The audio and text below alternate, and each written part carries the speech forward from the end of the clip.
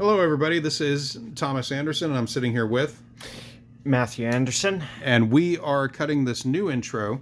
The show you're about to hear, and there's nothing new except for this on the first 6-7 episodes of this show. We had originally called this Please Only One Lie at a Time, and that's what it's referred to as throughout the first series of episodes.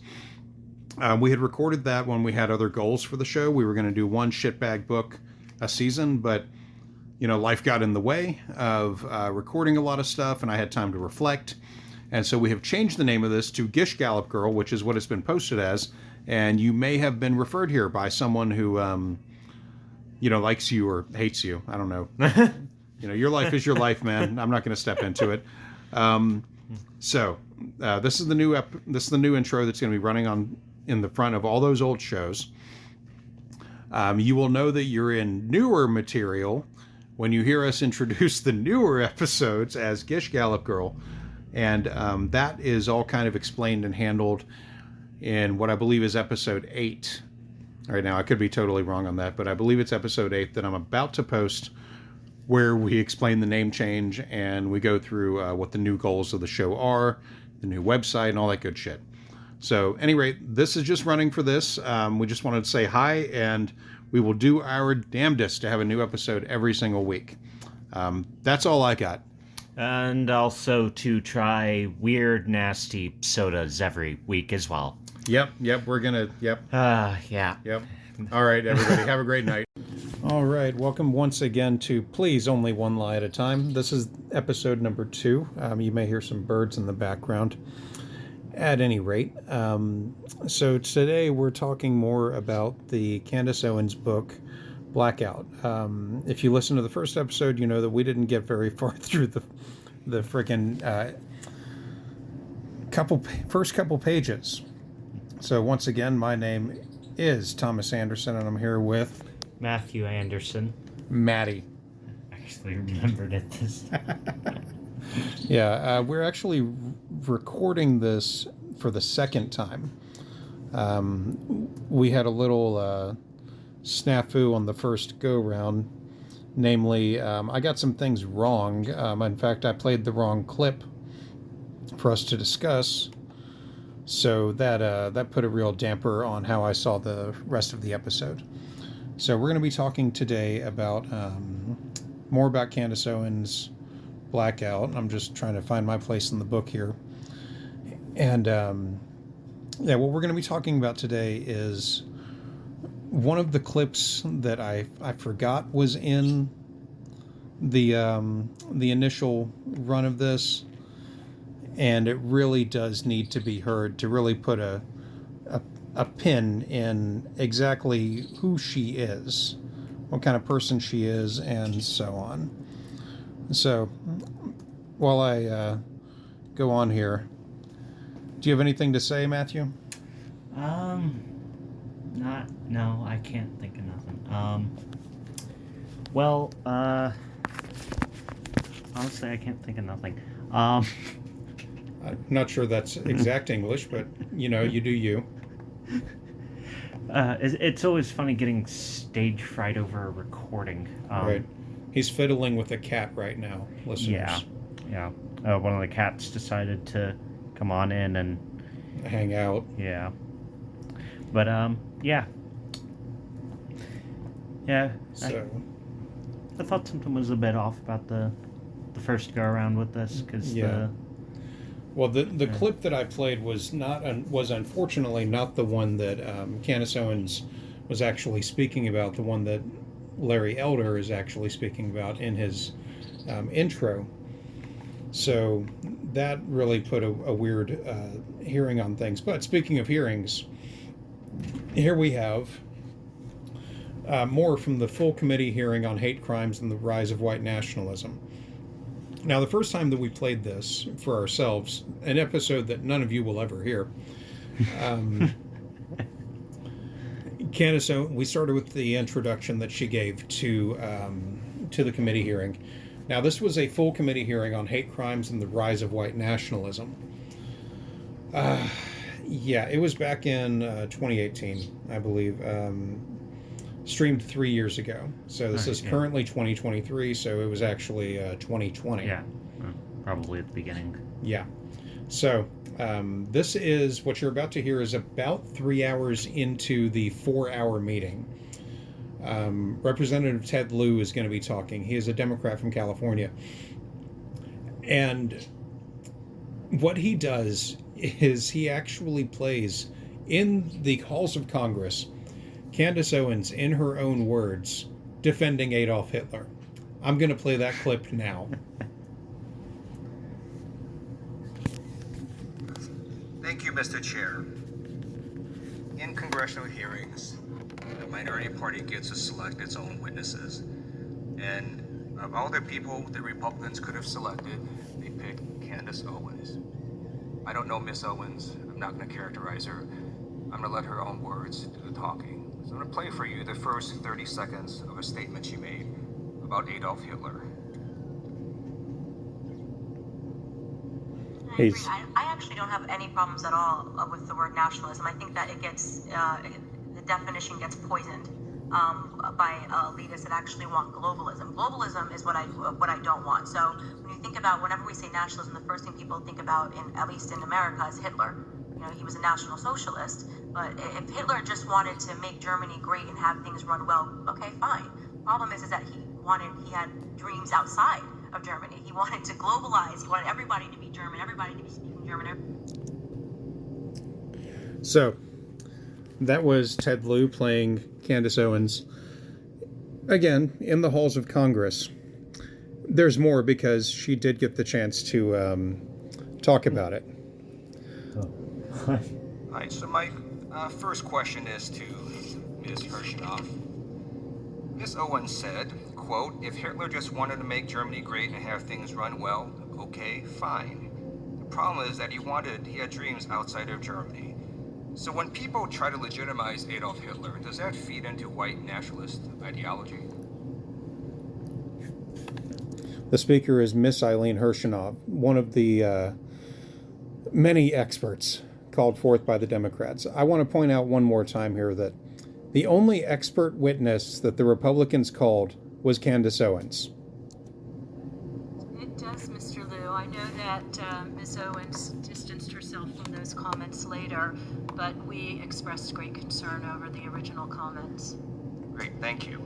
So there's been a lot of talk today. I'd like to focus on actual policy responses that our government can do to try to mitigate the threat of white nationalism. I know that in my district in Los Angeles just last month, 2 swastikas were painted at Pan Pacific Park along with the Trail of Blood. I met with Jewish constituents in my district.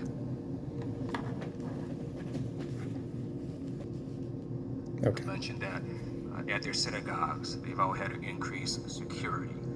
As you know, there is a nonprofit security grant program at the Department of Homeland Security. Do you believe it'd be worthwhile to increase funding to that program? The ADL has, for establishment reasons, First Amendment reasons, been very cautious and wary of government funding to religious institutions. That being said, we well understand the fear and the safety. So I think that is something that has to be done very carefully in terms of what entanglement. I know in the place in Westchester County where I live, the state and local governments provide a great deal of protection to the synagogue to which I belong. So I do understand, and I would like to work more with Congress, but I want to caution about where we entangle. This is a very difficult thing to do because when we're scared like this, of course we want money. So that is a great point you make, and I want to note that this program would apply to mosques as well as synagogues, so it is not specific to the religion. But it is true, the First Amendment does affect. So what we have there are measured, even responses from a woman who was representing the Jewish Anti-Defamation League. Now, the ADL, as they're also called or known as, gets no end of just pure vile vitriol from Republican and conservative sources. Mr. Lou, and a couple other guests go on. I'm just going to skip ahead here to Candace Owens' response when she's asked about this by Mr. Reschenthaler. Not sure if I'm saying his name right, but I also don't care all that much. So, skip ahead. Here we are. Thank you, Mr. Chairman, and I would yield my time to Mr. Reschenthaler from Pennsylvania. Reschenthaler. Thank you. Miss Owens, I'm sorry. We just started recording. Would you like time to respond to that? Yes, I think it's pretty apparent that Mr. Liu believes that black people are stupid and will not pursue the full clip in its entirety. He purposely presented an extracted clip. The witness will suspend for a moment.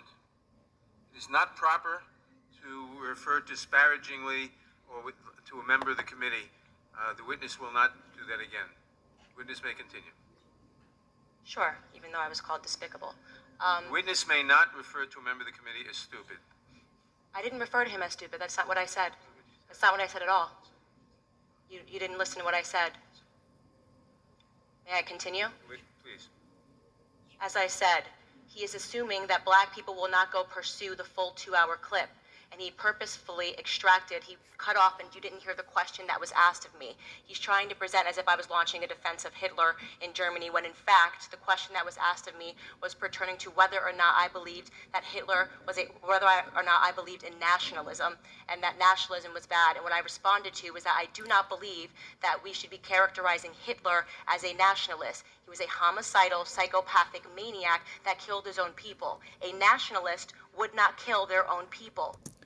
Yeah, point in fact, nationalism actually does lead to people killing other people in their own country. Yeah, so here's another big bullet point about how people like Candace Owens will often talk about their statements. See, if you go after somebody like Candace Owens, who now has a TV show on the Daily Wire, gross. She also has a podcast now, also gross. I have not listened to the Candace Owens podcast. There are a few things in life that I want to do less. However, I will make this pact with the listeners. If we get enough listeners that I can take a couple days off work a week, paying listeners on Patreon, that I can take a couple days off work a week, I will do a Knowledge Fight style once a week show where I break down Candace Owens' bullshit from her podcast, because that's free. I don't have to pay the Daily Wire for that. At least it's free as far as I'm aware. If there is some sort of cost involved, then y'all are going to have to cough up the bills. But as it is, this is something that her and people like her, such as Alex Jones, is known to do. What a lot of them do is they demand that you go and listen to their 4-hour show, their 2-hour show, their entire 30-minute appearance somewhere. They want you to take extra time out of your life to hear them, dance around and gish gallop around issues such as, what do you think of nationalism? And she fucking defended Hitler. I don't think it needs to be put any plainer than what Ted Lieu played. Because the fact is, Hitler was not necessarily a full nationalist. He was in love with Austria. He wanted Austria, and he got Austria. But when you're a fascist, you can't just hold one country. Mussolini and the Italians learned that, as did the Spanish. You can't just hold one country as a fascist. Fascism runs on war. It is a war machine government. You have to keep moving. You have to keep expanding, because, you need a consistent slave underclass. Well, as long as you have borders, you have places that slaves can escape to. Well, when the slaves can escape, well, now you got to go get them back, don't you? So now you got to expand. And you got to keep expanding and subjugate more people to prop up the home team that's protecting you, basically. So yeah, nationalism is fascism, because it it preaches a separatist attitude of we are separate from everything else. No one else is as good as us, and so on. And that leads, of course, to fractional infighting. Had they actually succeeded in getting all the Jews out of Germany, well, then what happens? Then who do you go after? Well, you go after the next group down, which could have been anyone. You could, and in the case of Germany as well, they went after all the non-Christians. They went after the Jehovah's Witnesses. They went after the Jews, of course, the Jehovah's Witnesses, anyone who wasn't full-blooded German was treated harshly, if not prison camped and so on. So yeah, it is not simply a love of one's country. That is not nationalism. Nationalism, as someone, especially someone who wants to be on the political front lines, should fucking know and understand. Nationalism is Nazism. So, yeah. So let's get back into the rest of Candace Owens here. That is exactly what I was referring to in the clip, and he purposely wanted to give you a cut-up similar to what they do to Donald Trump to create a different narrative. That was unbelievably dishonest, and he did not allow me to respond to it, which is worrisome and should tell you a lot about where people are today in terms of trying to drum up narratives. By the way, I would like to also add that I work for Prager University, which is run by an Orthodox Jew. Not a single Democrat showed up to the embassy opening in Jerusalem. I sat on a plane for 18 hours to make sure that I was there. Yeah, so about PragerU. Prager University is not a real fucking school. Is it one of those, like, you go there and you can just get the documentation that you graduated from liberal arts? No. It is a YouTube channel. Ouch. It is a fucking YouTube channel run by Dennis Prager, who may well be an Orthodox Jew. I have not looked into him very much. Although now I think I might have to go look into Prager fucking you. I could look it up real quick. No, you don't need to. Okay, No. Trust me. There are some rabbit holes you just don't want to go down unless you have to. Yeah. Oh, God. PragerU. PragerU has come up over the years for a lot of reasons. They're what's known as a TradCon site. They're a traditional conservative site. Mm-hmm. They have several videos on YouTube. At least I think they're still on YouTube. I really don't want to look them up right now. But okay, you know what? I'm gonna read some video titles from PragerU. Let's just pull them up on YouTube. Okay. But yeah, let's see. So PragerU. It's spelled, listeners, by the way, Praeger, PragerU. All right, PragerU. God, they still have a YouTube channel. They really shouldn't. They really shouldn't. There is a surprising amount of things that just shouldn't be YouTube channels. There we go. I'm just gonna go to the videos run here and read some titles off. Protect children's innocence. It's the adult's job. That's about not taking kids to drag queen story time. The fight to stop sex trafficking. Mm-hmm. Confessions of an Environmentalist. Why is the LA Zoo inviting children to their drag show? Should all murderers live? Should we bring back traditional gender roles? Why is classical art so good? Don't waste time finding yourself. Do what you fear. Santa visits PragerU. The case for Christmas and Santa. Child regrets transitioning soon after mastectomy and hormones. Cash course, investing. Merry Christmas or Happy Holidays. The truth about gender affirming care. Are there alternatives to woke universities? And so on. Speaking my mind cost me a lot, and it was worth it. The Constitution, our Bill of Rights. Those are not the same thing. Mm-mm. The Constitution and the Bill of Rights are not the same fucking thing. No, they are not. completely separate documents. They are. They were written around the same time by a lot of the same people. They are not the same goddamn thing. No. Okay, PragerU has almost 300 videos on YouTube, maybe more, because their most recent one was, as of this recording, was episode 270, I believe. I clicked away from the channel. I don't want to look at it anymore. You can't make me. I won't do it. I just have to say, PragerU sounds like a real rude way. Like you just found out that a friend of yours is pregnant, and you just go, Prager? You? You know, that's the first thing that came to my mind. No shit. It shouldn't. Yeah, they really hate drag queens. They really do. So does Candace Owens. Oh. She despises drag queens and trans persons. Not quite sure why drag queens. I mean, usually most of their stuff is pretty expensive. Okay, let's get into that. Okay. All right. Drag Queen Story Hour. Why is it such a threat? It is a threat because they made it a threat. They actually believe. Mm-hmm. They actually believe that parents voluntarily taking their children to a drag queen story hour, most of which are held at like libraries, and increasingly they've had to hold them at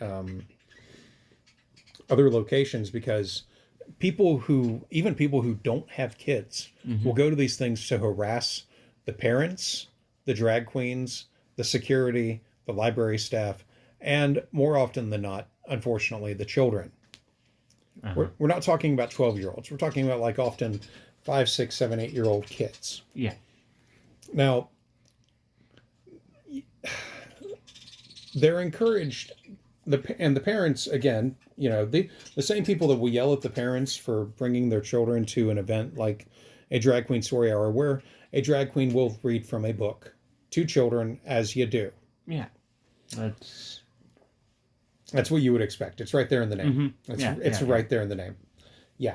They will, the same people that will yell and scream and bitch and kick and moan and fight and get imprisoned over drag queen story hour are the same ones who will be like, my kids, you know, blah, blah, blah. I should get to raise my kids the way that I want. Yet it's not other people's purview to raise their children the way that they want to, apparently. So they will go to these things and they will protest the very existence of the drag queens, because to them, they think that Drag Queen Story Hour is all about normalizing drag. Is it? I don't know, and I don't care. Honestly, it just sounds like any other normal, you know, hey, this celebrity's going to be reading a book, bring your children, maybe get an autograph, that sort of thing. Yeah. That's honestly all it sounds like. And I mean, and honestly, the amount of work that men or women, because there is female drag as well, the amount of work that they go through to be convincing without physically changing who they are, without, you know, going through gender transitional things. The amount of hours of makeup and not to mention that, their costumes. And often they are the ones doing it themselves. Yeah. The sheer amount of work that they do, it blows my mind, because you have people that show up for like Star Trek and Star Wars shows that will spend hours in makeup that have a team of people making them look like something else. Mm-hmm. Drag queens, again, a lot of them, they do it themselves. They don't have a team of people. Maybe they have some friends helping out here and there to make sure they don't miss something. But a lot of them, they create their characters. They, you know, they perform. Maybe they sing or whatever, you know. Mm-hmm. They perform, they do comedy, they do whatever as their alternate ego, you know, whoever they may be. Mm-hmm. They often do see the drag side as separate from themselves, but, you know, to go through all that work, if it normalizes it for kids to be like, man, that's a lot of work that I would never go through, you know? Yeah. Like, I just, man, just to come down on somebody like that. Because what a lot of these people do is they'll do these deep background researches, most of the time, which are wrong, on you know, whatever drag queens are supposed to be presenting stories at these things. Mm-hmm. Now, you know, drag performers often have the same lifestyles as any other performers. Yeah. They have the occasional drunk run-ins with the cops. Mm-hmm. They have the occasional, sexual harassment claims against them and whatever. On the whole, the drag community is actually very good. Yeah. But what a lot of these people that are protesting will do is they'll go and try and dig up dirt on whoever's presenting at these things, and then they will just they'll even make shit up. They'll make up websites. They'll make fake pages, and they'll call the library and go, "Do you know who you've got coming to present? Fucking Thomas the Tank Engine, or whatever." Yeah, it's a completely fucked up thing to do to anybody, but yeah, PragerU and the other members of the religious right wing, including Candace Owens, have this real hate boner for drag queen story time and drag shows and transitional people and the whole works. They really do go out of their way these days to go after these people, because a lot of them are getting their rights where they're equal under the law. Unfortunately, we don't have a system of laws in this country where, you can just be an American citizen and get treated the same way across the board. Yeah. We have to make laws that specifically say, hey, these people are okay too. Yeah. It sucks that we have to do that, but, such is life in a growing society. But let's hear Candace Owens for the rest of her statement, because she's not done yet. I'm deeply offended by the insinuation of revealing that clip without the question that was asked of me. Thanks, Mrs. Owens, and I yield the remainder of my time. Okay, so that is her speaking about, again, her appreciation of Adolf Hitler. Now, I have no intention of going and looking up the speech in question, but I can tell you this. From what I remember of reading the book, and I will amend my statement if this turns out to be true, but this is not mentioned once in Larry Elder's breakdown of Candace's speech. Not even once. And what I'm doing now is I'm skipping ahead to what I believe is her final statement on the panel, which is where Larry Elder's book starts. Thank you, Google, for the preview window and YouTube. Yeah, it's lovely that they added that. It makes it so much easier to find things. Well, especially when it's a 4-hour meeting. Yeah. This was a 4-hour congressional meeting. Which also to effect, as well as a friendly reminder, the link will be put up on whatever website. Yeah, the full 4 hours will be there. I encourage listeners to pull it up, listen to it, whatever. I couldn't find the rest of her thing here. Like, I'm looking at everybody else that's speaking, and I don't see Candace's statement that Larry Elder talked about. So we're just going to go back to it.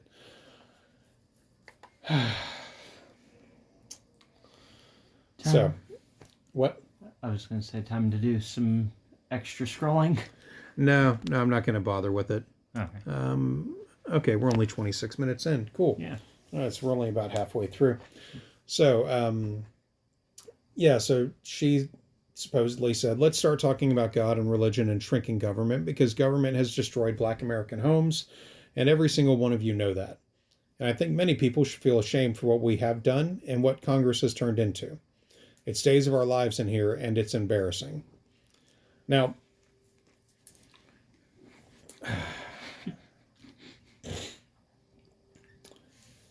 Larry Elder goes on to say, mic drop. Incandescent, bright. Most of all, Owens is courageous.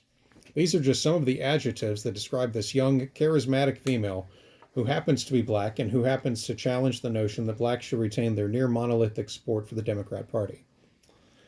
Now, let's talk about why the Democrats have such a hold on Black and minority communities.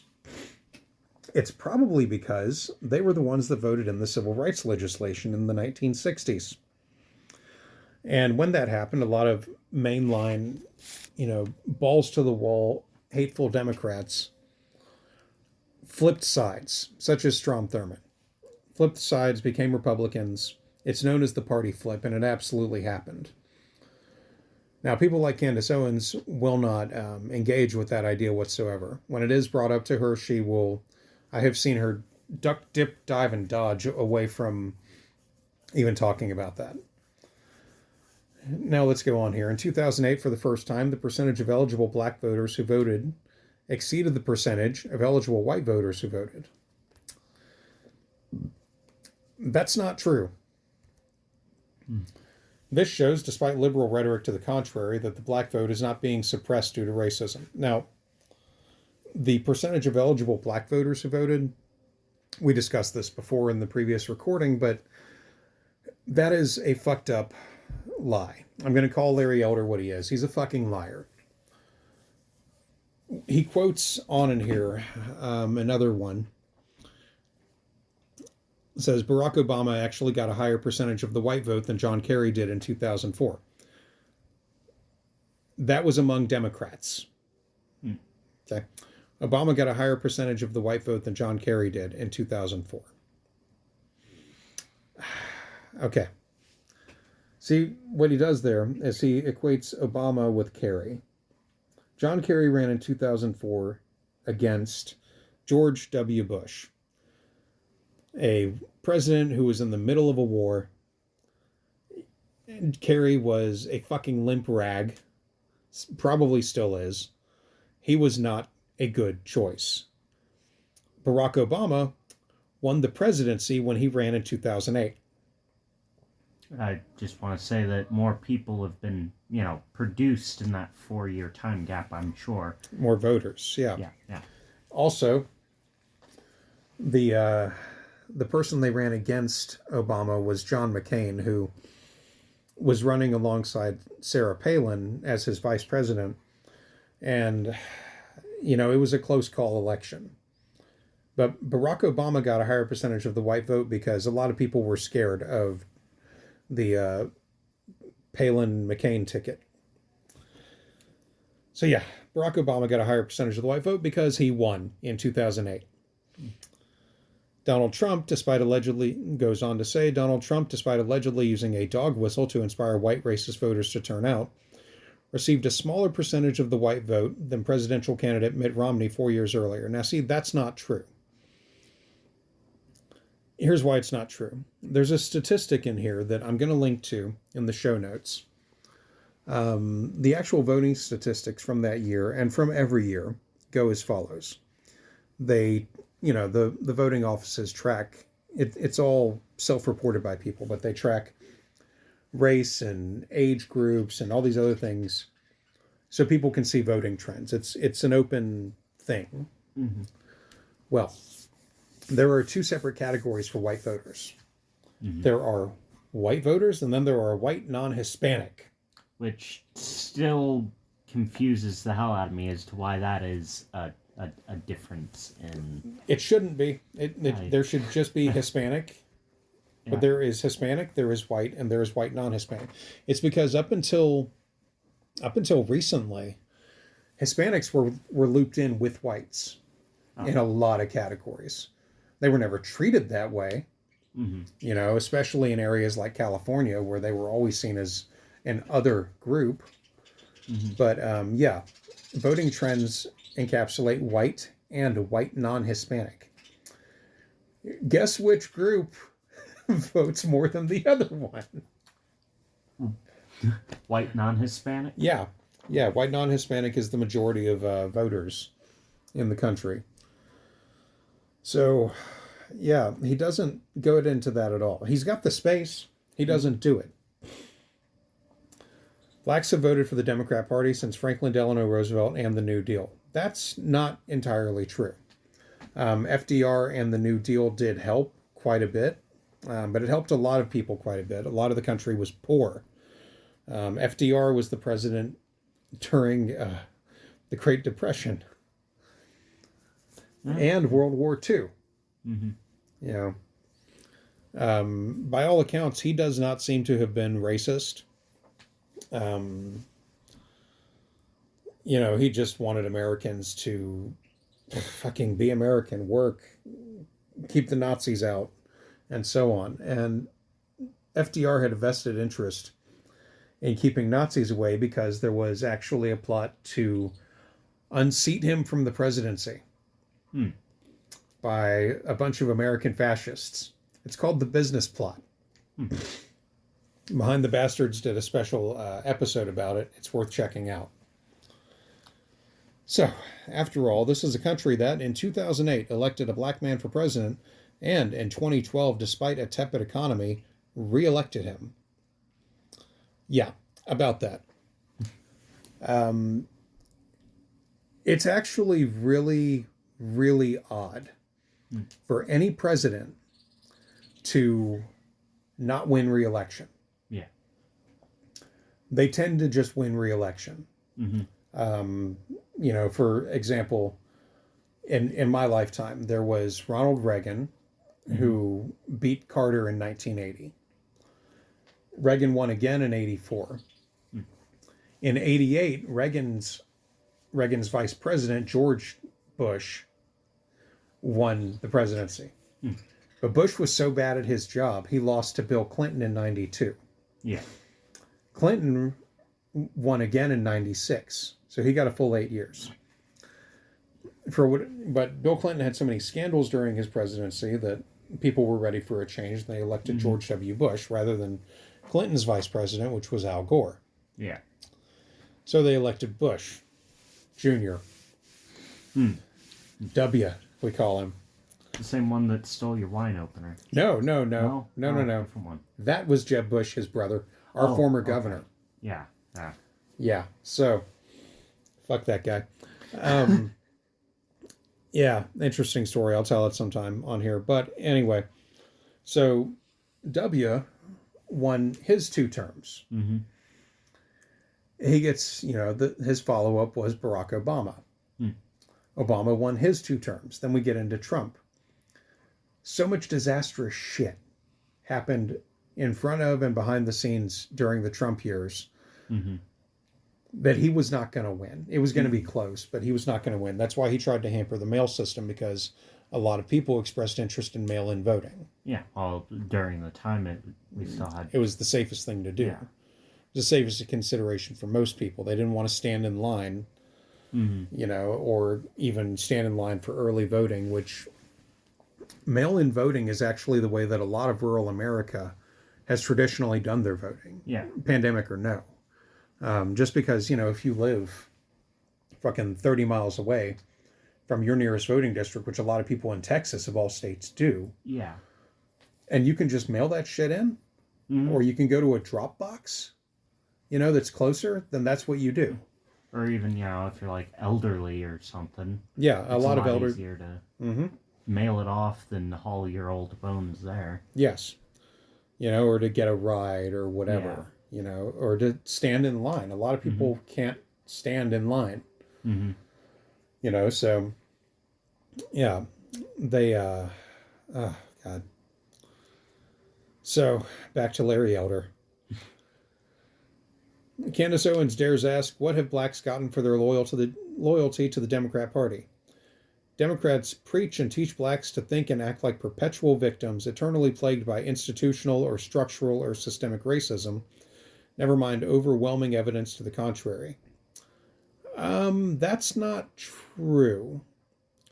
As we know, over the last several years, there have been no end of proof coming out that there absolutely has been institutional, structural, and systemic racism against not just black men and women, also Asians, Jews, Hispanics, and even just poor people. You didn't go to the right school. Yeah. You went to a community college rather than a university. You got your degree online. You got your degree in the military. You're not going to have the same advantages in a lot of fields as someone who went to Harvard. Yeah. Or whose parents went to Harvard and they've got the money to send them to Harvard and put them on the kayak team and shit like that. Yeah. Yeah. Yeah. Is being on the kayak team really that big of a... I think it is. Yeah. Yeah. It's a rich person point.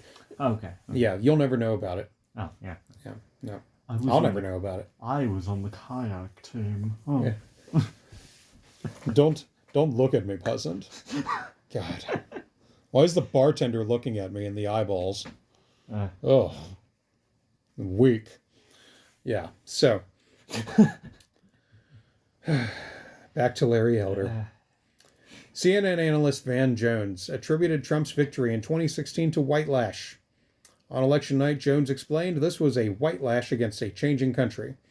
It was a white lash against a black president in part, and that's the part where the pain comes.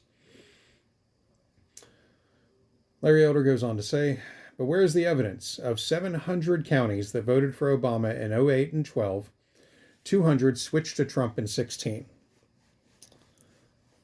When were the white voters in those counties bitten by the racist radioactive spider? Here's the thing. He doesn't go on to list any of the counties. He leaves that up to the reader. And with 200 of 700 counties, that could honestly, like I could go through, I could look that up, but that's you know, without specifics and without so much as a notation.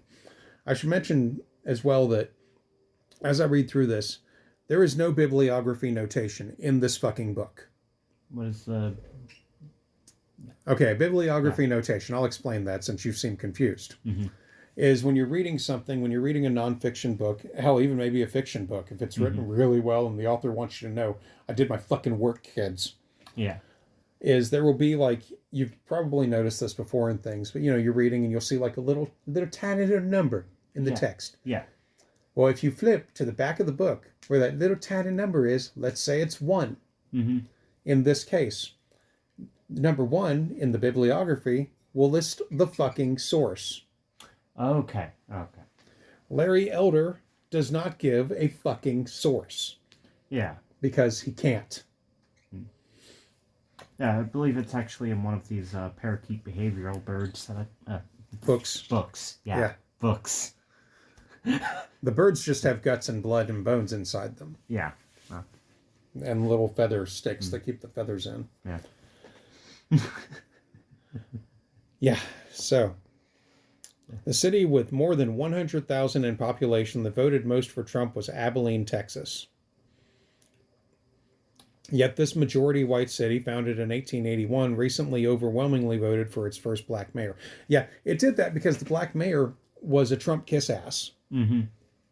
Which is what you have to be in Abilene, Texas. Yeah. At least back then. I don't know about today. I hope it's changed. No, it hasn't. Okay. My one friend in Texas, it hasn't changed, no. That doesn't shock me. Yeah. I'm not shocked. Lucky for her, she doesn't live in that area, though. So. Well, that's good. Yeah. The biggest problem in the black community is not racism, inequality, lack of access to health care, climate change, the alleged need for common sense gun control laws, or any number of the arguments Democrats pitch to blacks to ensure that 90% plus black vote. The number one problem in the black community, as Owens told Congress, is a lack of fathers in the home. And here we get into more bullshit. Now, I had the privilege of knowing a lot of black folks growing up. Some of them were in single mother households. Some of them were in households where they had a mom and a dad. Sometimes the dad was the only parent.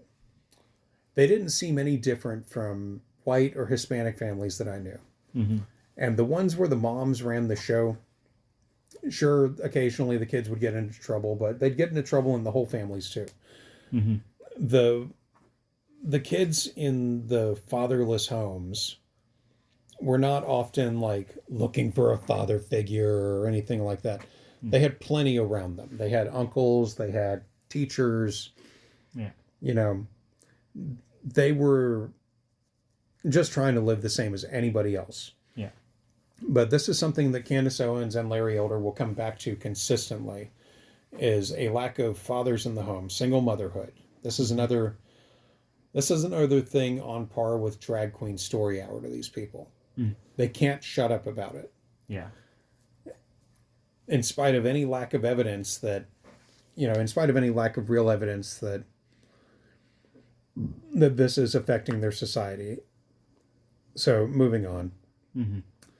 Again, no statistics, no notes. Economist Walter Williams points out that the percentage of blacks born outside of wedlock in 1940 was approximately 12%. Okay. That is pre-World War II. Okay, yeah.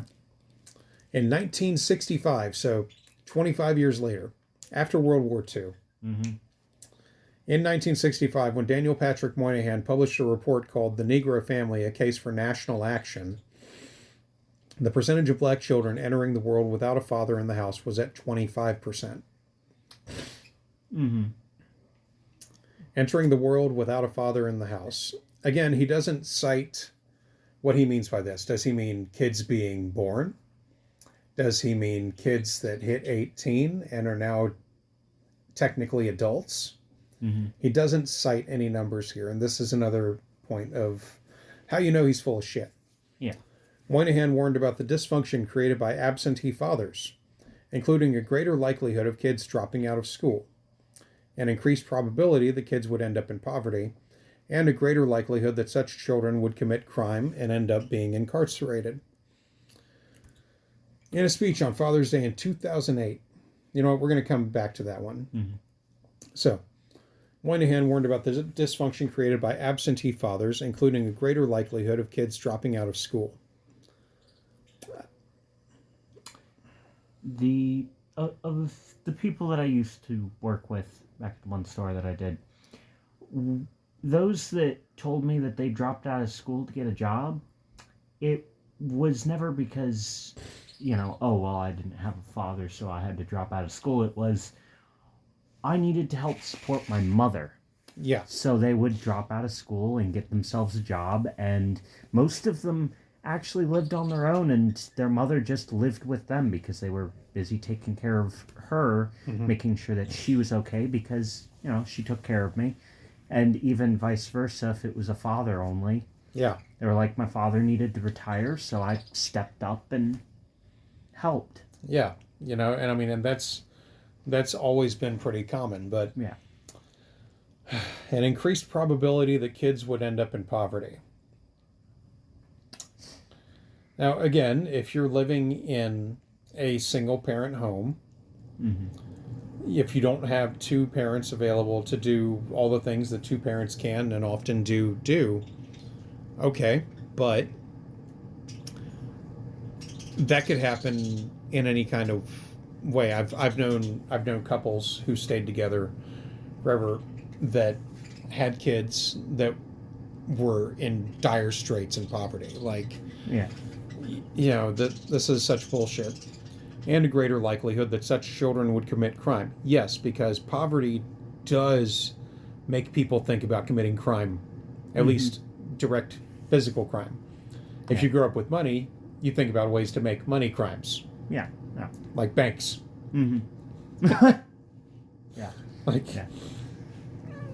So, in a speech on Father's Day in 2008, then Senator Barack Obama said, "We know that more than half of all black children live in single-parent households, a number that has doubled since we were children. We know the statistics that children who grow up without a father are 5 times more likely to live in poverty and commit crime, 9 times more likely to drop out of schools, and 20 times more likely to end up in prison. They are more likely to have behavioral problems or run away from home or become teenage parents themselves. And the foundations of our community are weaker because of it." Now, that is an actual quote that Obama did say in 2008. I want to point out, as Larry Elder does here, that Barack Obama was a senator at that time. He was running for office. As a senator, you don't have the same level of data sophistication that you do as a president. Yeah.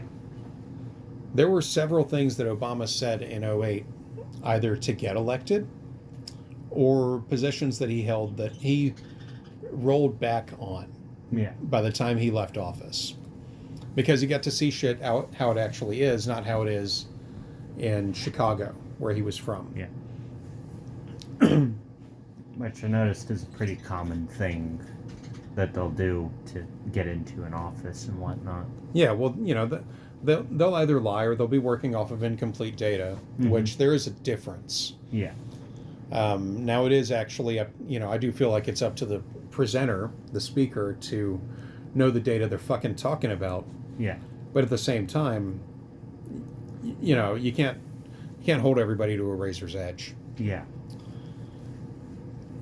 Meanwhile, Larry Elder, who has written this, has had every opportunity to go and look up the actual truth, and as a fucking lawyer, he knows how to put notes in things.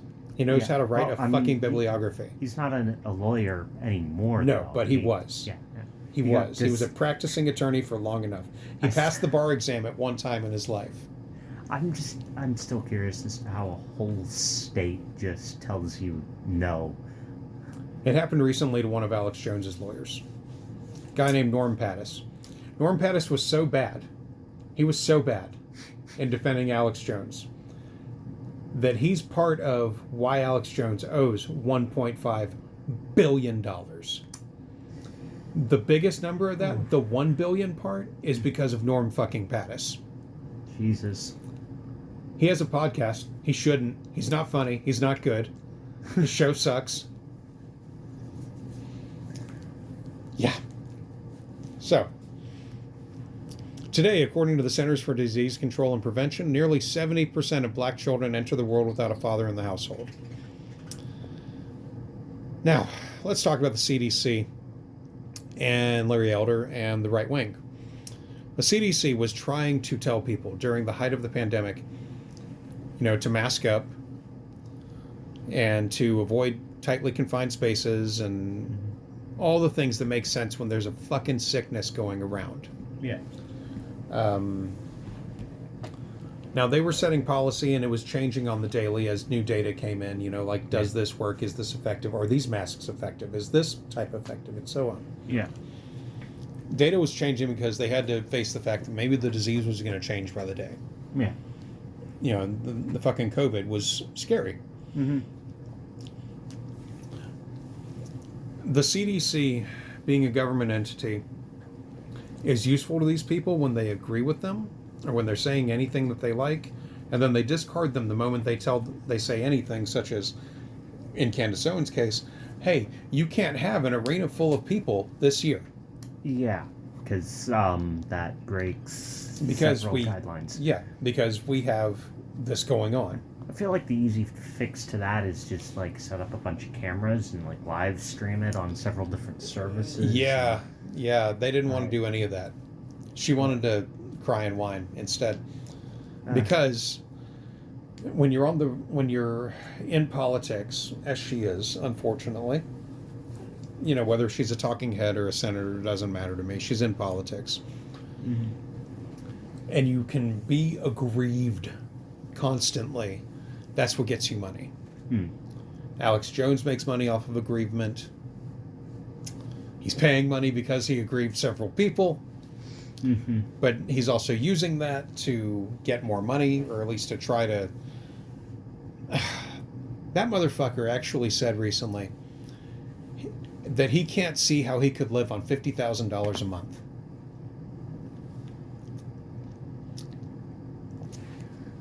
Yeah. The judge has limited his income. And more and more. Yeah, if you want more about Alex Jones, people, listen to Knowledge Fight. Oh my God. So,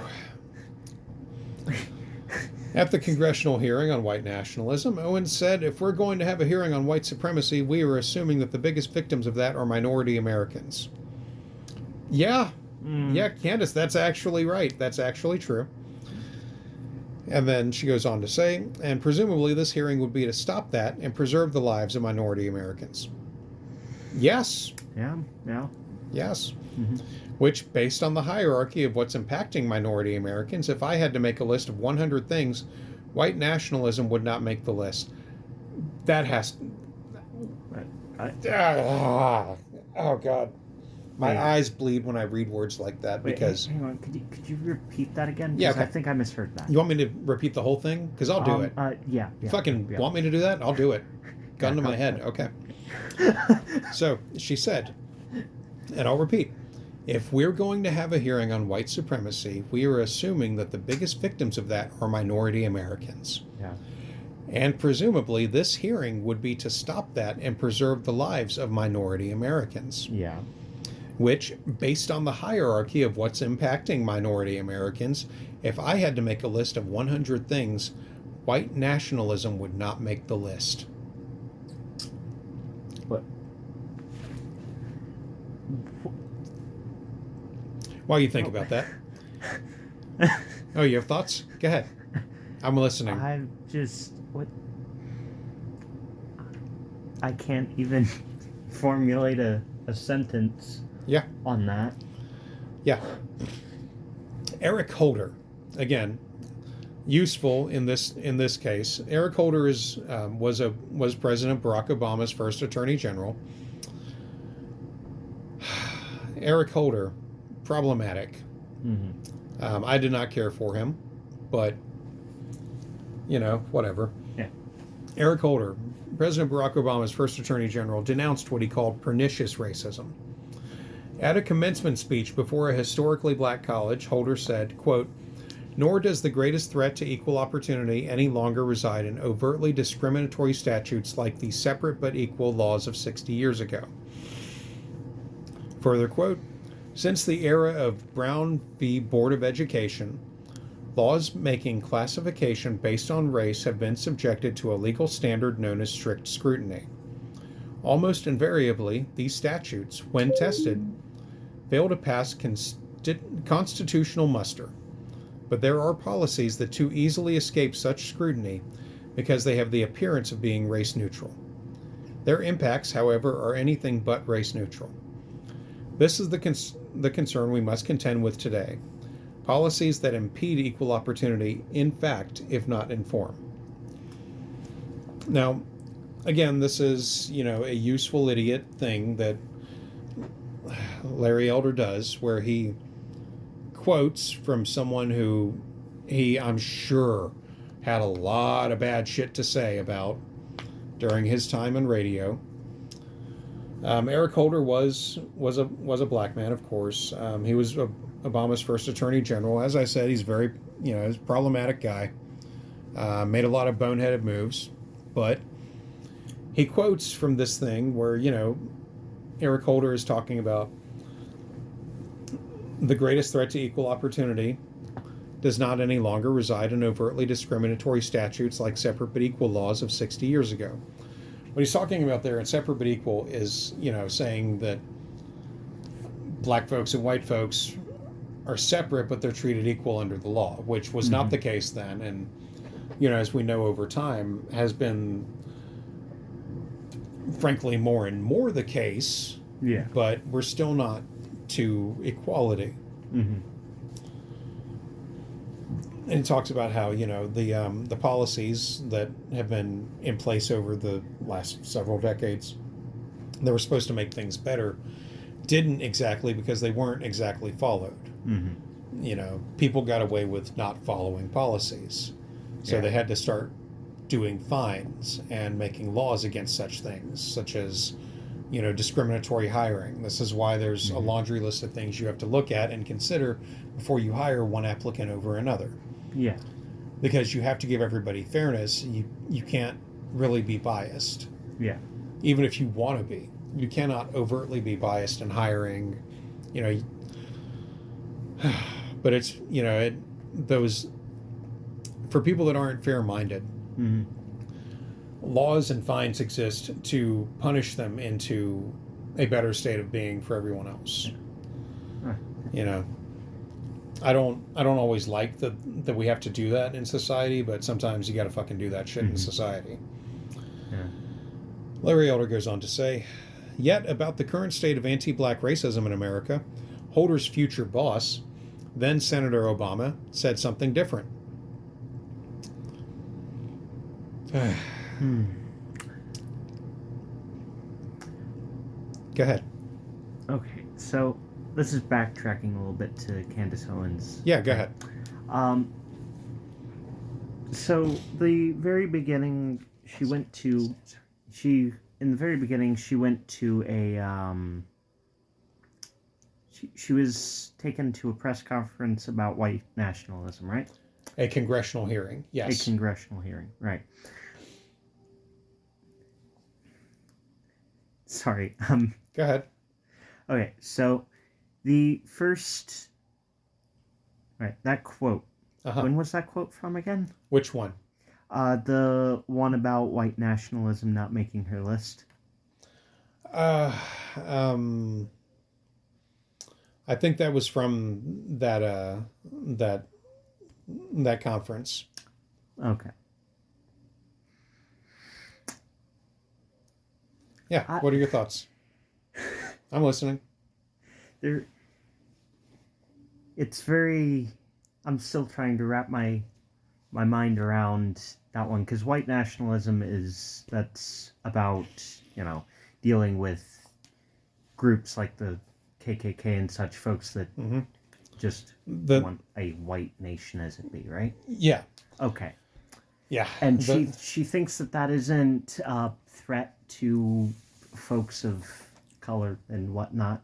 Yeah. She's Well, and the thing is too is that even though the Ku Klux Klan has lost members over the last several decades, down to where I believe somebody said recently there might be an average of 100 Klansmen per state in the country. Which is very low. Yeah, it's low, but it's because the Klan became a fucking pyramid scheme. Yeah. So yeah, the Klan became a fucking multi-level marketing pyramid scheme. Well, that just means that the racists that didn't want to pay their Klan dues just left that organization. Yeah. The racists that didn't want to pay their Klan dues, that didn't want to dress up in robes and march in the streets with Confederate flags, just left that organization. It doesn't mean that they stopped being racists. Oh, no, I've met plenty of racists through Xbox, for Pete's sake. Yeah. They still exist and still want that white nation that they've always been wanting. They're just not a part of the club anymore. Yeah. They're now in their own separate clubs. Yeah, they've splintered more to groups that cater to themselves, such as the Proud Boys or the 3%ers that recruit veterans. Yeah. The Oath Keepers that recruit veterans or cops. There seems to be no end of these groups, and that was really more the concern of the committee. Was we have all of these groups popping up, even though they don't claim to be Nazis, even though they don't claim openly neo-Nazi shit, they absolutely are. Once you get any investigator in there, they're like, oh my God, these people are worse than I thought, and I had a low opinion when I got in the door. Yeah. So, moving on with Larry Elder. Yet, about the current state of anti-black racism in America, Holder's future boss, then Senator Obama, so this is way back in 2008, said something different.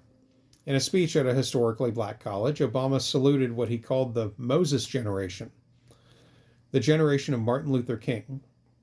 Obama said, "The Moses generation has gotten us 90% of the way there. It is up to my generation, the Joshua generation, to get us the additional 10%. Now, again, Larry Elder does not say what historically black college this was. Yeah.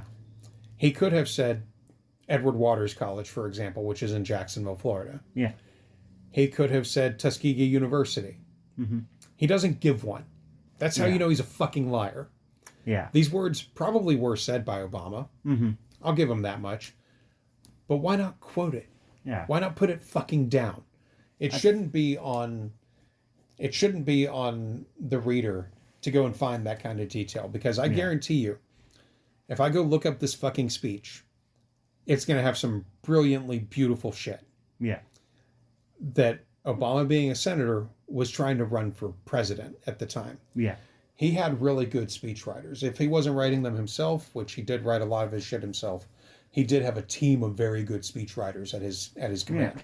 One of them, I shit you not, One of them was Jon Favreau. Now, do you ever remember who Jon Favreau is? Roughly. You want me to tell you? Yeah. Jon Favreau is currently half of the creative mind behind The Mandalorian. That would be why it sounds He's familiar, also the creative mind behind Iron Man, the 2008 movie, wherein he plays his driver and later on his security guy, Happy. That's Jon Favreau? That's Jon Favreau. Oh. He was the writer-director of Iron Man. All of Tony Stark's beautiful, like, come hither speeches, it's all him. Oh. It's all Jon Favreau. Yeah. Brilliant speechwriter. Yes, he's great. He was also, he's done so many other things. But yeah, he's a brilliant writer. Yeah. He was Obama's head speechwriter. That There's pictures of them together going over, like, speeches. Yeah. Mm-hmm. Yeah, brilliant guy. Mm-hmm. But, yeah. So, again, he doesn't quote, this is, again, a liar lookout. Oh, that'll be a thing. This is a liar lookout. He's not giving any context for this. Mm-hmm. Because he's using it. So that tells you that because he's not providing context, he doesn't want you to find where the context is. Yeah. We go on. Again, this was before he was elected and re-elected as the first black president of the United States. One can assume that Obama's milestone election whittled down that remaining 10%. In 1997, a Time/CNN poll asked black and white teens whether racism is a major problem in America. Again, no time frame, from 1997. Okay. This is right about when I would have been turning 18. Mm-hmm. The internet barely fucking existed at that time. There were web pages. There certainly were. Mm-hmm. I grew up with an early version of the internet in my house. Yeah. I had the war games set up when no one else I knew did. Mm-hmm. I knew all about modems and routers and shit before any of my friends because that is one of the things that my fucking grandfather was involved in, and he taught it to me. Yeah. So, in 1997, I could count on my fingers the number of people I knew who had internet access. Mm-hmm. Granted, I lived rurally, but I knew more people online with internet access, of course, than I knew probably for 20 miles around me. Yeah. Now, was it an internet poll or was it like they went to a school sort of It just poll? says a Time CNN poll. So it probably wasn't an internet poll, but why wouldn't those two, you know? Yeah, well, the further question there also is where was the poll held? Because that'll really... And how many respondents. Yeah. Yeah. Because that will really mess with it. You're thinking about it right. Yeah. Good job. Yeah. I asked black and white teens whether racism is a major problem in America. Not too surprisingly, a majority of both black and white teens said yes. But then black teens were asked whether racism was a big problem, a small problem, or no problem at all in their own daily lives. 89% of black teens said that racism was a small problem or no problem at all in their daily lives. In fact, more black teens than white teens called failure to take advantage of available opportunities a bigger problem than racism. Again, aside from the year 1997, and this being a Time CNN poll, we don't have any other data. No. He doesn't provide it. There's no fucking note. Moving on. Mm-hmm. Today, however bad off someone black might be, whatever he or she is going through is nothing like the obstacle course black men and women dealt with 2 generations ago. For today's generation of blacks to act as if their struggle compares to that of 2 generations ago insults and diminishes that generation's struggle. I have rarely ever heard anyone in my life, and I'm 42, I've rarely ever heard anyone in my life compare themselves to, or compare their life to the struggle that, you know, that Martin Luther King Jr. and others went through when they were getting fire hosed when they were getting beaten, when they were having dogs sicked on them. Yeah. I've rarely ever heard anyone compare themselves to that. Maybe if they're being melodramatic, but most of the time they're just concerned that they're going to go to an interview and they're going to get denied a job because they're going to walk in the door and the mind is going to be made up. Yeah. That's usually what they're concerned about. It is not that they're not going to be able to date someone they like. Yeah. Or go get lunch somewhere. They're not afraid that they're going to get run out of McDonald's. Or end up, going out wherever and then getting nabbed in the middle of the night. Yeah. For looking at a white woman. Mm-hmm. Like those are not their concerns. Yeah. I mean, maybe in the deep south. Maybe in the deep south, but not, or maybe in rural areas, maybe where that kind of thing can still happen. But in cities, no. I have rarely ever heard anyone compare the modern minority experience to what people went through during the civil rights era. Yeah, no. Moving on. Reparations are the latest shiny object dangled to entice black voters. Several of the 2020 Democrat presidential candidates support establishing a commission to study it. But the problem is simple. Reparations are the extraction of money from people who were never slave owners to be given to people who were never slaves.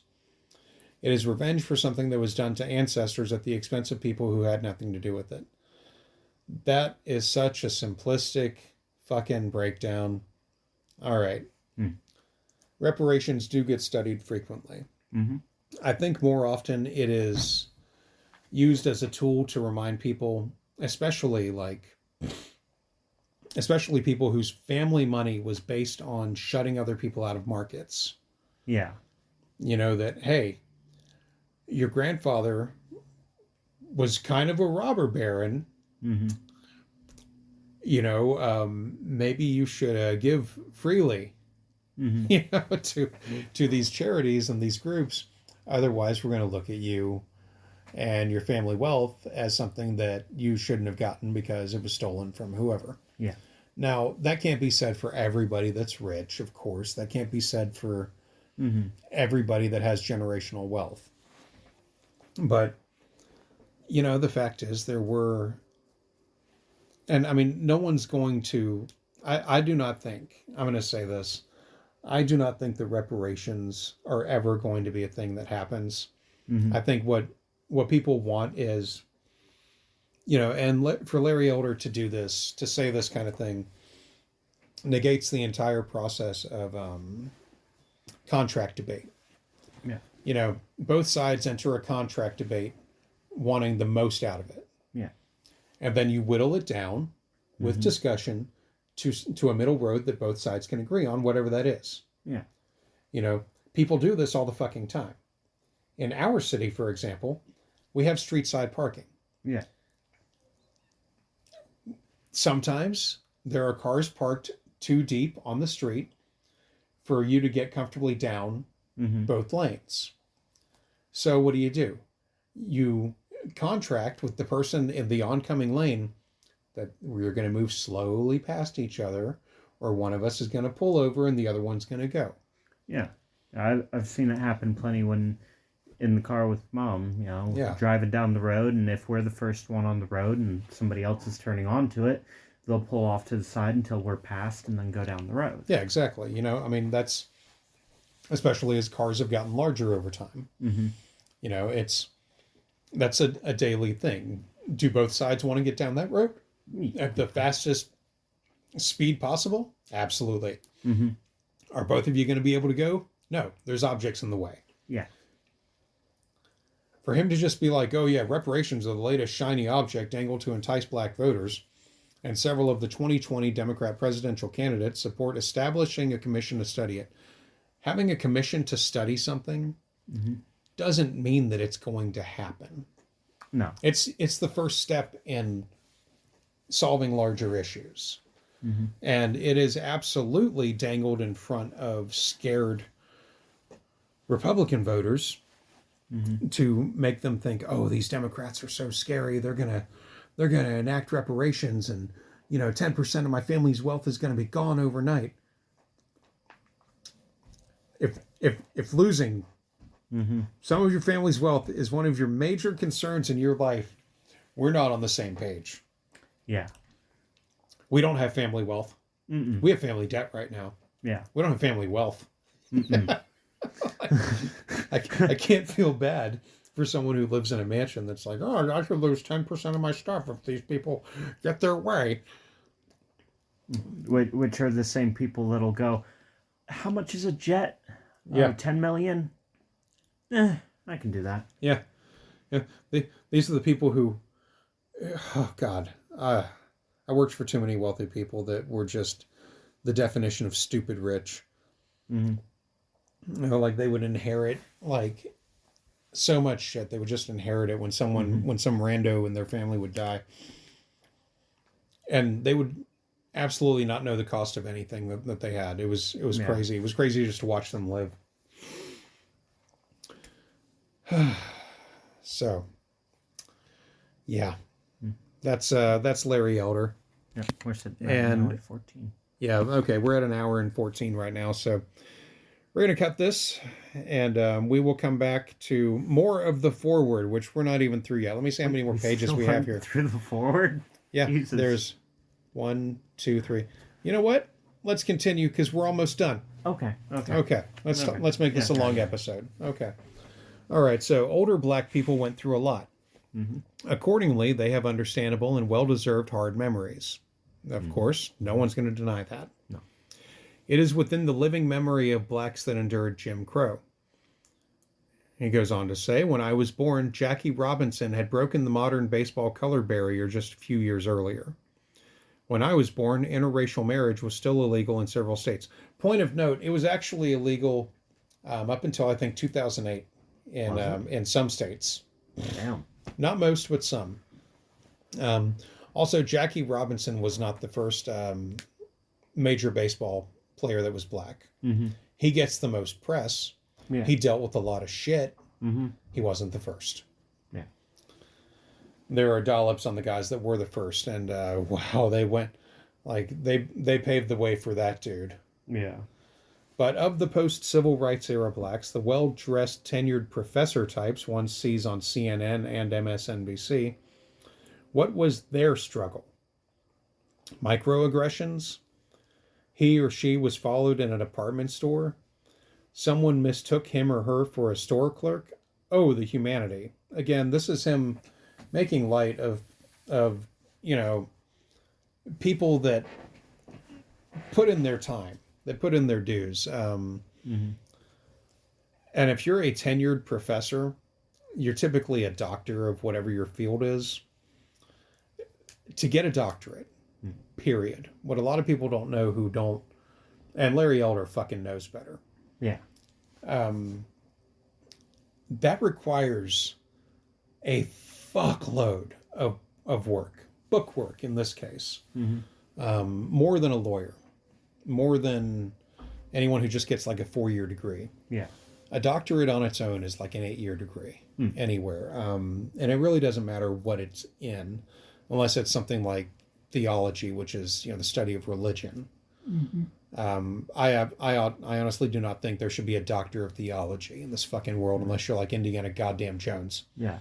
And then you're a doctor of archaeology. So the fuck am I talking about? But yeah, it's that should not be a thing. Yeah. But yeah, like, yeah, if you're, you have every right to be offended by someone following you in a department store. Yeah. Particularly if you didn't walk in doing anything wrong, if you're not doing anything wrong. At the same time, it is store staff's prerogative, especially security, to follow anybody. Yeah. And again, he's not quoting any names here. Yeah. Because he knows that the people he would quote for this would sue the ever-loving dog shit out of him. Yeah. Even the whole store following thing. The other day when we went down to the store, I was asked to go grab a cart from the front. We were like all the way in the back of the store. So I sped walked through and I felt somebody following behind me, and I look behind me, there was a manager just following behind me, and I'm sitting there going, this makes sense. I probably look suspicious, speed walking through the store. Yeah. So for all he knew, you were about to book it with something you pocketed. Yeah. Because that shit happens in retail. Mm-hmm. But like I said, at the same time, this is him, again, not necessarily lying, but not being completely truthful. Because he's not giving any names. No. And he could. Mm-hmm. He very well could. But he doesn't want to get sued. And you can bet that Candace Owens' publisher didn't want to get fucking sued. Yeah, no. But still, they left this in here. Because their average reader, their average viewer, their average listener is someone who's going to chuckle. Oh, the humanity. Mm-hmm. I hate them. So the number one cause of preventable death for young white men is accidents, like car accidents. The number one cause of death, preventable and unpreventable, for young black men is homicide, and almost always at the hands of another black man. Again, no notes, no quotes. There are approximately 500,000 non-homicide violent interracial felony crimes committed every year in recent years. According to the FBI, nearly 90% of the cases are black perpetrator, white victim, with just 10% white perpetrator, black victim. Where is the congressional hearing on this? Well, Larry Elder, lawyer Larry Elder Esquire, where's your fucking notations, buddy? I also have to say this, I'm confused as to what his stance is, because at one moment he's going, white folks are racist, to black folks are also racist? Okay, let's discuss this. Okay. All right, so this is another thing that these people do, is they will claim that, and they will usually claim this with people like Alex Jones cheering them on. Mm-hmm. It's a dog whistle for racist people, because here's one of the things, right? Mm-hmm. You have somebody like Candace Owens, you have somebody like Larry Elder. The majority of their listening audience is not a hate listen. Mm-mm. It is hateful people. Yeah. But they're listening to them because they happen to be black and they happen to be saying all the things that these people are thinking all the time. Yeah. Or that they want to believe so much. Mm-hmm. In this case, it's that, there's no white on black crime. There's black on white crime all over the place. Don't you know? Mm. Yeah, they scream that constantly. Yeah. But they never back it up with any data. Or when they do, the data is, like the last time I saw anybody actually use FBI data to back that up, it was like 15 years old, and it was from a small sample size in like California. Yeah. So moving on. Last couple pages here. Dean Beckett, executive editor of the New York Times, once admitted, quote, "The left, as a rule, does not want to hear thoughtful disagreement." End quote. Mm-hmm. Larry Elder. Larry David is a Jewish man who co-wrote most of Seinfeld. Not even in the same fucking league. Larry David's actually funny. He has a show on HBO, Curb Your Personality. Mm-hmm. He's you've probably seen the meme where he's old white Jewish guy. Fuck you, and I'll see you tomorrow. Mm-hmm. Yeah, that's him. Oh. Yeah. Larry Elder goes on to say, the black left is worse. It does not feel thoughtful disagreement even exists. Owens, for example, was called, believe it or not, a white supremacist. Now, I don't know that I would ever say she is a white supremacist. Mm-hmm. I would say she is a tool of white supremacists. Mm-hmm. She's certainly being used by many because they can get her to say shit that they can't say.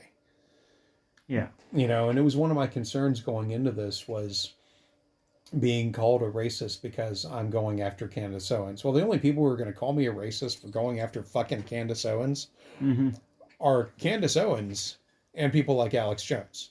Yeah. People that I, on the whole, despise anyway for being shitbags. Yeah. Doesn't matter what color they are. They're shitbags. Mm-hmm. So, where is the thoughtful discussion about the fact that nearly 1/3 of abortions are performed on black women?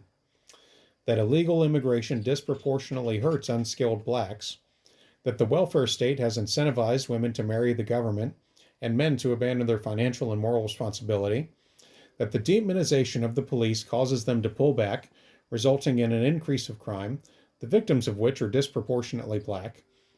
The lack of choice in education especially harms urban blacks, and that programs like race-based preferences for college admission and the Community Reinvestment Act are hurting more than helping. Well, Go ahead. Didn't he just say that the majority of crimes are black on White? Yes. And then there he's saying that the majority of crime victims are black. Yeah. Here's the thing, right? Okay. So I think he, and I think the editors of this, because there had to have been at least one. Mm-hmm. I think he is so used to being able to just say shit on his radio show, and his target audience, and in fact Candace Owens, they share the same target audience. They are used to hearing things and maybe reading them one time. Mm. They are not typically the type of people who do what you just did. Yeah. Who go, hold up, wait a minute, what? Mm-hmm. Let me go back and reread this thing. These are people for whom I believe they got low grades in reading comprehension. Yeah. Which says a lot because I don't think I got... No, actually I did get decent grades in that one. Mm-hmm. Yeah, my reading comprehension was like way off the charts forever. Yeah. You know, like, because I would read shit quick and go, hold up, wait a minute, and then go back. Yeah.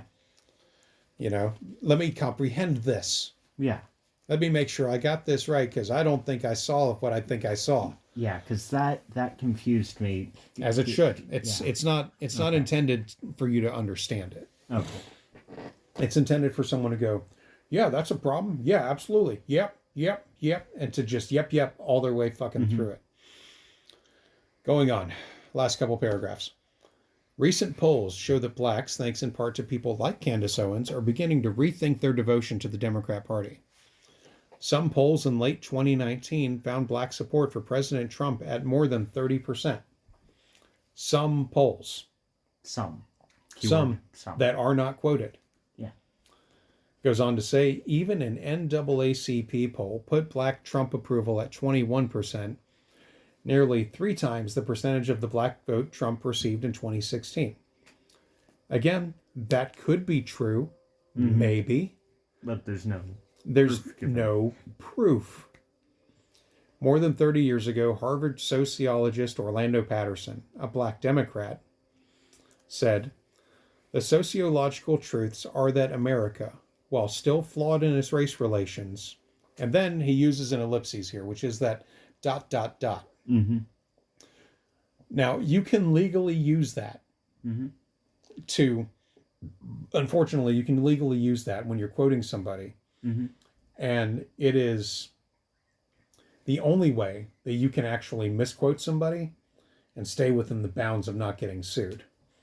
Because you are using their words. But you're shortening a much larger phrase. Yeah. The sociological truths are that America, while still flawed in its race relations, ... is now the least racist white majority society in the world, ... has a better record of legal protection of minorities than any other society, white or black, ... offers more opportunities to a greater number of black persons than any other society, including all those of Africa. And he says more than 30 years ago. It doesn't give a date. He gives you the man's name, so it is relatively simple to look up his words, but he could have had a lifetime of speeches. I honestly haven't looked this guy up, because by this point in this book, I got so tired of looking up Larry Elder's bullshit that I couldn't bring myself to do it. Yeah. Yeah, so But what kills me is the use of the ellipses there. Like I said, this is another tactic that liars like Larry Elder will use. And you'll see it sometimes in like movie reviews. Mm-hmm. You know, like I could say something such as Avatar 2 getting wet. ...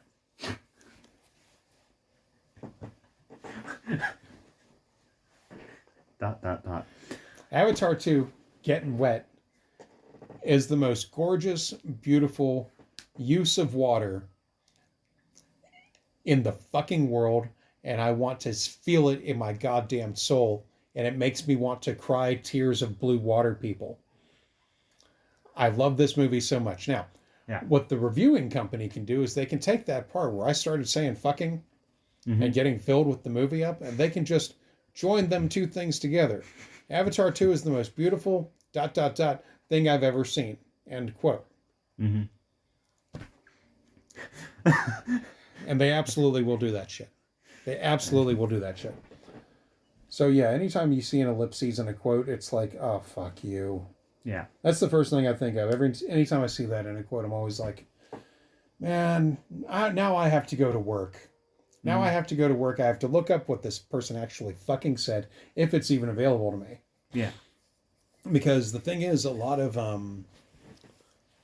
educational papers, a lot of things that people such as the quoted person here, Orlando Patterson. Again, I didn't look it up. That could be behind a paywall. Mm-hmm. That could be in a paper that he wrote where he wasn't even talking about this shit. Yeah. You know, I mean... completely unrelated, possibly. Yeah. Yeah, like, and Larry Elder in January 2020, that's the end line here. Mm-hmm. I'm sorry, the end line is, carry on, Miss Owens. Mm. I'm going to go ahead and note. Yeah. I'm going to go ahead and note something about that. Okay. Miss Owens has been married for a while. Yeah. She's not... Okay. She is Miss Owens. Mm-hmm. But she's a married woman. Yeah. She did not take her husband's last name. Mm-hmm. All this traditional, conservative fucking bullshit. She's still known as Candace Owens, not Candace whatever her husband's last name is. Yeah. Why? Why, huh? Fucking why? Shouldn't she be Candace British last name? Shouldn't that fucking be her? You know, it kills me because people are like, oh, traditional family values and blah, blah, blah, and blah, blah, blah, no drag queen story time and blah, blah, PragerU, blah. Not a real university. Yeah. You know? They go on and they preach all this crap, but her to keep getting the regular bucks in her account still lists herself as Candace Owens. Mm-hmm. I hate every second of it. But that's going to bring us, dear listener, to Candace Owens' introduction, which we will not go through on this episode.